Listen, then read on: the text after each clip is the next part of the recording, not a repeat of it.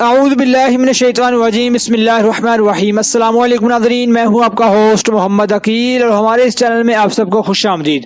چلیے ناظرین شروع کرتے ہیں آج کی ویڈیو۔ ناظرین محترم، یہ سوال پوچھا گیا ہے کہ اگر نماز میں رکھتے چھوٹ جائیں تو کیا کریں اور اس وجہ سے ہم نماز کیسے ادا کریں گے۔ تو آج کی اس ویڈیو میں اس سوال کا جواب دینے کے لیے ہم آپ کی رہنمائی فرمائیں گے۔ لیکن دوستو، ویڈیو شروع کرنے سے پہلے آپ سے درخواست ہے کہ اس ویڈیو کو آخر تک ضرور دیکھیے گا تاکہ آپ مکمل معلومات سے آگاہ ہو سکیں۔ تو چلیے دوستو شروع کرتے ہیں آج کی ویڈیو۔ ناظرین دیکھیے کہ بعض دفعہ یہ مسئلہ تب پیش آتا ہے کہ جب نماز میں پوری طرح فوکس یعنی توجہ نہ ہو۔ جب آپ مکمل توجہ کے ساتھ نماز ادا کریں گے تو انشاءاللہ عز و جل آپ کو خیال نہیں آئیں گے اور نہ ہی آپ کی رکعتیں چھوٹیں گی۔ اور ناظرین محترم، بعض دفعہ یہ بھی دیکھا جاتا ہے، ناظرین محترم مثال کے طور پر جب آپ چوتھی رکعت پڑھ رہے ہیں تو آپ یہ بھول گئے کہ میری چوتھی رکعت ہے یا نہیں، یا میں تیسری رکعت پڑھ رہا ہوں یا میں چوتھی رکعت پڑھ رہا ہوں۔ تو ایسی صورت میں آپ کو یہ دیکھنا ہوگا کہ آپ کا کس رکعت کی طرف زیادہ رجحان ہے، یعنی آپ کا دماغ کس رکعت کی طرف زیادہ جا رہا ہے اور کس بات کی طرف زیادہ اشارہ دے رہا ہے، یعنی آپ کس بات سے مطمئن ہے کہ آپ کی چوتھی رکعت ہے یا تیسری۔ اگر آپ کی چوتھی رکعت میں ہی دماغ مطمئن ہے تو آپ مطمئن ہونے کی وجہ سے، اپنے دل کو مطمئن رکھنے کی وجہ سے، یعنی دل میں جو اشارہ مل رہا ہے تو آپ اسی کو دیکھتے ہوئے نماز ادا کریں گے۔ اگر آپ کے دل یا دماغ کو یہ اشارہ ملے کہ کوئی رکعت مس ہو گئی ہے تو آپ اس رکعت کو دوبارہ ادا کریے، کیونکہ ایسی صورت میں اللہ کا حکم ہے کہ وہ اپنے یقین کے اوپر عمل کریں، کہ جس جگہ پر اسے پورا یقین ہو